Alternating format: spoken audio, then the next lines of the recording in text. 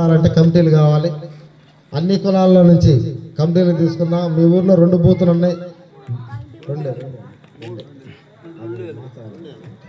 2 బూతులు ఉన్నాయి. 2 బూతులకి ఎవరు బలవంతం లేదు.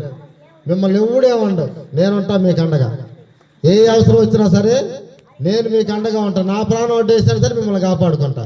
మళ్ళీ టచ్ చేసేవాడు మగవాడు మనగాడు ఎవడూ లేడు. మళ్ళీ మించిన తోపులు ఎవడూ లేడు.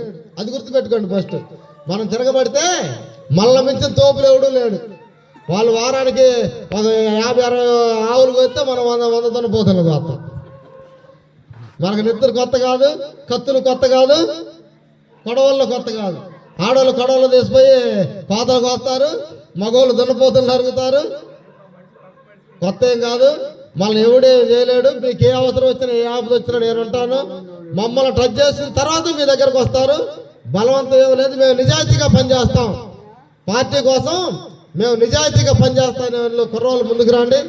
గ్రామ కమిటీ 2 బూత్ కమిటీలు వేసుకుందాం. మేము ఇప్పుడు ఎవరు ముందుకు వస్తే మేము రేపు నుంచి వాళ్ళనే సంప్రదిస్తాం. ఇంకా ఆ కమిటీ ద్వారా ఇంకా ముఖ్యంగా తెలియజేసేది ఏంటంటే వచ్చే నెల 15వ తారీఖు, మార్చి 15వ తారీఖు నసరాపేటలో మనం భారీ బహిరంగ సభ పెట్టుకుందాం.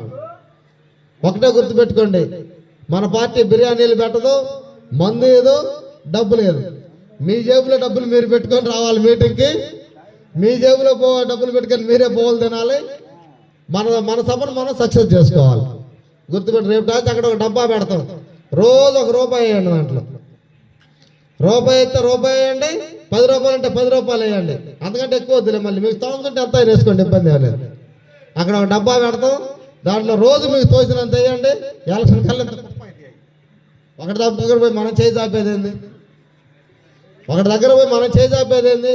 ఆ డబ్బే మన దగ్గరకు వచ్చింది, ఆ అధికారమే మన దగ్గరకు వచ్చింది. అధికారాన్ని మీ కాళ్ళ దగ్గర తీసుకొస్తాను. నన్ను నమ్మండి.